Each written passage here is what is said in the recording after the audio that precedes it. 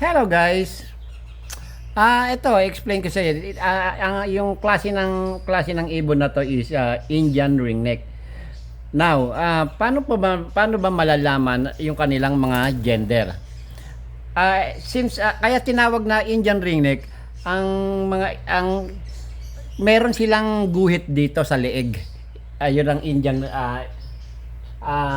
isa sa palatandaan pagka ganun meron silang guhit sa leeg is kak siya, lalaki po siya, no?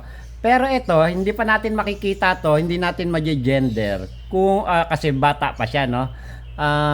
Before 2 years niya or after 2 years niya, saka lang lalabas yung kanyang ring neck if meron.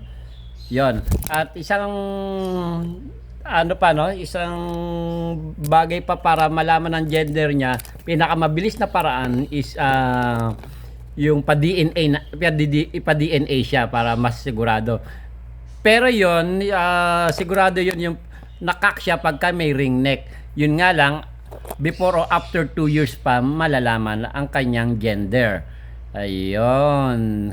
Yun po, isang dagdag kaalaman to. Ito base lamang po sa aking kaalaman, ano. Okay guys, please follow my FB Reel, like and share, and sa YouTube po subscribe. Send star na rin po sa FB Reel. Maraming salamat guys. Have a good day. I love you.